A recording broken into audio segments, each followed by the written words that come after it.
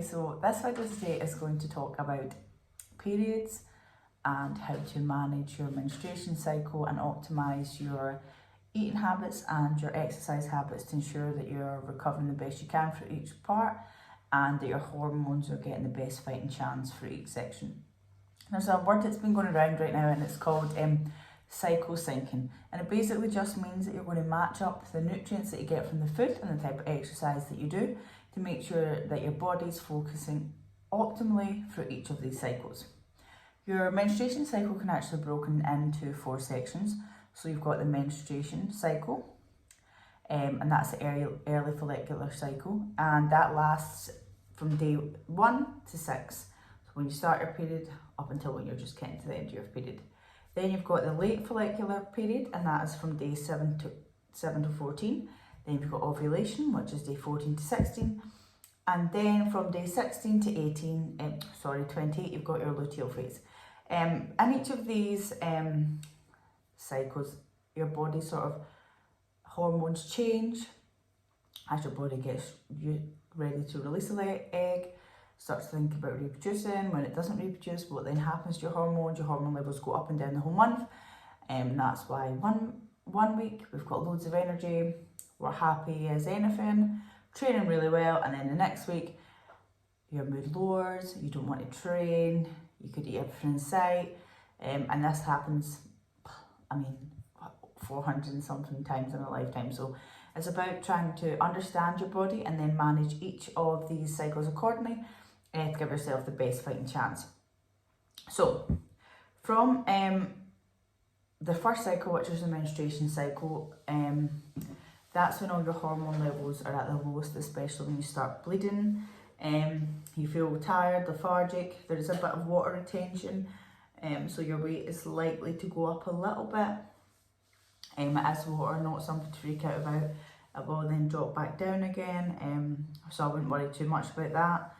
And your cravings will increase, so you will want to eat a lot more stodgy foods, craving a lot more sugar, and maybe, like comfort foods like warm soups, warm stews and stuff like that. So for this, you could optimize your eating habits by having a lot of protein. Protein keeps you fuller for longer, it's slower to digest. It's going to also help repair your body, because it's not just for building muscle, what people think, it's for all of our body functions. Then you want to think about having a lot of fruit and vegetables and having low GI carbs, which tend to be higher in fibre. So that's like quinoa, sweet potato, things like that, because they are high in fibre, plus they take longer to digest, so they're not going to spike your blood sugar. So when if carbs spike your blood sugar, then you tend to crave more sugar. And if you're already craving sugar, then this can sort of counterbalance that. For your training, you are tending to feel a little bit more lethargic on your period. You might not have the same energy. Everyone knows though, when you exercise, you release the feel-good hormones, releasing endorphins. So it is important to still exercise, but just be aware that maybe you won't be able to push yourself as much as you usually would. Then you move on to the follicular phase, or the later follicular phase, which is day 7 to 14. At this phase, both your estrogen levels and your testosterone levels, they rise, because now your body's realised that it's not been pregnant, and then it's going to release another egg to see if you can then try and get pregnant this time. Because of this, studies show that you tend to be more relaxed in this period, so that's quite nice, and your mood can be higher, and you've got a higher energy levels. So at this time, they say that now is time to push yourself a little bit in training. If you're doing weight training, try and go a little bit heavier, or you might feel that you have more energy for your sessions. The food's pretty much the same as before, so you want to make sure you're getting your protein in, fruit and veg. But because your body's now thinking about that it's going to maybe reproduce, sometimes there tends to be a drop in appetite as well, and So you just want to make sure that you're eating enough during these phases, even though there is that drop in appetite. Make sure you're getting foods that are high in antioxidants such as berries, and also research suggests as well that fermented foods as well, so such as fermented vegetables, kefir, miso, tempeh, things like that. But yeah, so this is probably quite a good phase though, because you've got a lot of energy and you're feeling good and you've just got through the menstruation cycle and your body's back to normal again a little bit. Then you've got the ovulation. So this is halfway through your cycle, and you're still feeling really good. At this point, everything's a-okay, you're managing all your situations, things are going well. Now for this period, the drop in appetite is even further now, because your body is, your hormone levels are higher and your body is feeling good, and your body's more focused on, again, trying to find someone to mate with and reproduce.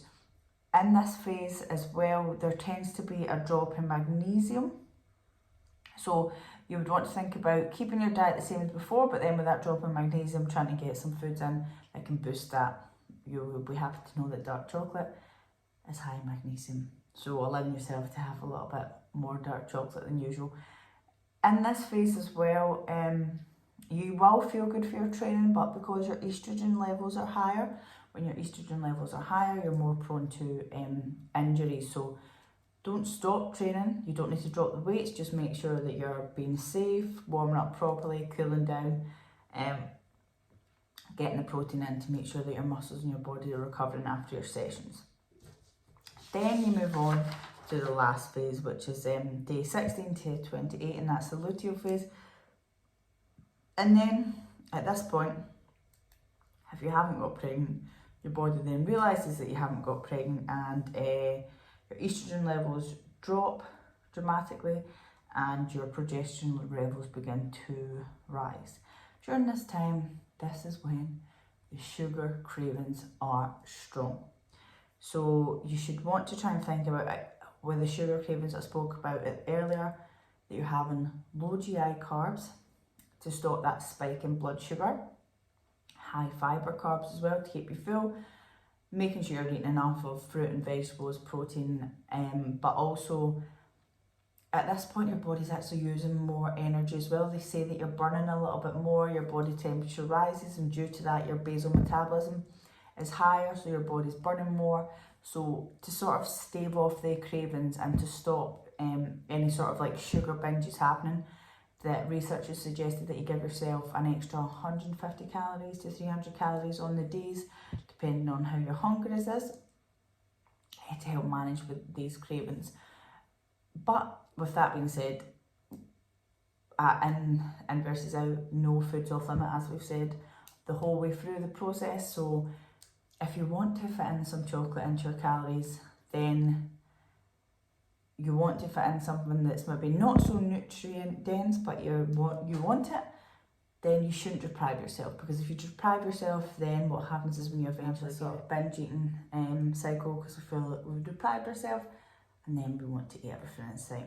So we can manage this by giving ourselves these extra calories, but then by also allowing ourselves to eat the foods that we enjoy.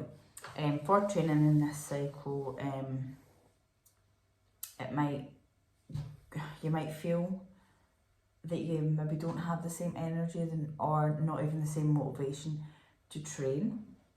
And maybe at that point, because you're feeling unmotivated, you could think you want to try something different, or just go on walks, or just trying to do something to get your body moving so that you sort of break that cycle, and just trust that it'll pass and you'll be back to training, and that motivation should hopefully increase.